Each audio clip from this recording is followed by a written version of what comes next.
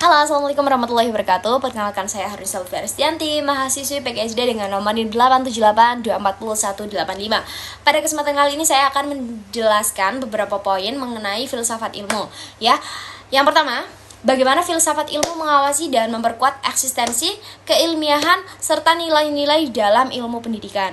Ya, jadi yang pertama, mengawasi dan memperkuat eksistensi ilmu pendidikan atau ontologi. Ontologi sendiri itu membahas hakikat atau apa yang dipelajari dalam ilmu pendidikan.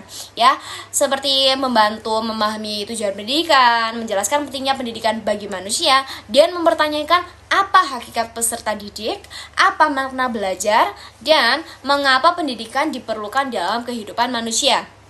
Kemudian yang kedua, mengawasi dan memperkuat keilmiahan ilmu pendidikan atau epistemologi. Ya, epistemologi itu membahas bagaimana pengetahuan diperoleh dan dibuktikan kebenarannya. Ya, seperti mengarahkan penggunaan metode ilmiah, kemudian menjamin teori dan penelitian pendidikan bersifat logis, sistematis, dan juga objektif. Kemudian contohnya itu ada seperti metode penelitian seperti eksperimen, observasi, dan wawancara, ya, digunakan untuk membuktikan efektivitas suatu metode pembelajaran seperti itu. Kemudian yang ketiga, mengawasi dan memperkuat nilai-nilai dalam ilmu pendidikan atau aksiologi. Ya, aksiologi sendiri itu membahas nilai, manfaat, dan etika ilmu pengetahuan. Jadi pendidikan itu tidak hanya mengajarkan ilmu, tetapi juga mengajarkan nilai moral, etika, dan juga karakter. Dan juga aksiologi ini memastikan pendidikan bermanfaat bagi kehidupan manusia. Kemudian kesimpulannya itu filsafat ilmu membantu pendidikan menjadi lebih terarah, ilmiah, dan juga memiliki nilai bagi kehidupan manusia.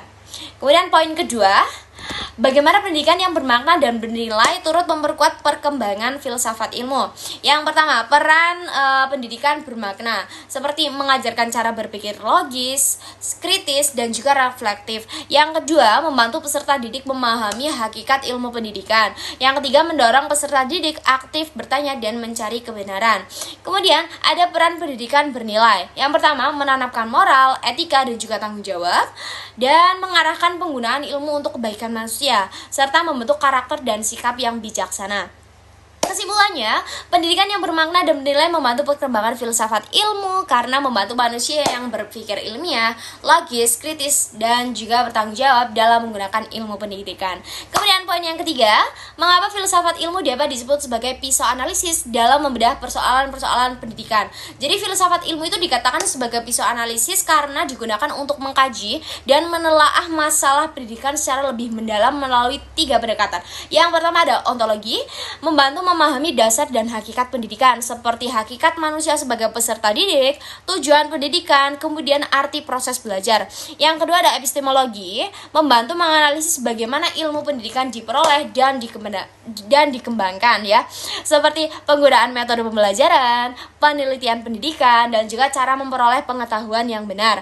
Yang ketiga, aksiologi. Aksiologi itu membantu menilai manfaat dan juga nilai dalam pendidikan, seperti pentingnya moral dan etika, pembentukan karakter, dan juga manfaat pendidikan bagi kehidupan masyarakat. Kesimpulannya, dengan ketiga pendekatan tersebut, filsafat ilmu dapat digunakan untuk memahami dan menyelesaikan berbagai persoalan pendidikan secara logis, kritis, dan juga sistematis.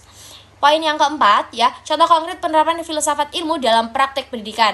Yang pertama, ada kebijakan pendidikan, seperti pemerintah itu menerapkan pendidikan karakter agar siswa memiliki sikap disiplin, jujur, dan juga bertanggung jawab. Termasuk aksiologi karena menekankan nilai moral, ya. Kemudian ada kurikulum yang kedua, pembelajaran SD itu menggunakan permainan dan praktek langsung sesuai perkembangan anak. Jadi termasuk ontologi karena memahami kebutuhan peserta didik. Yang ketiga ada proses pembelajaran, seperti guru menggunakan diskusi dan juga eksperimen agar siswa itu aktif mencari pengetahuan, ya, termasuk epistemologi karena menggunakan cara ilmiah.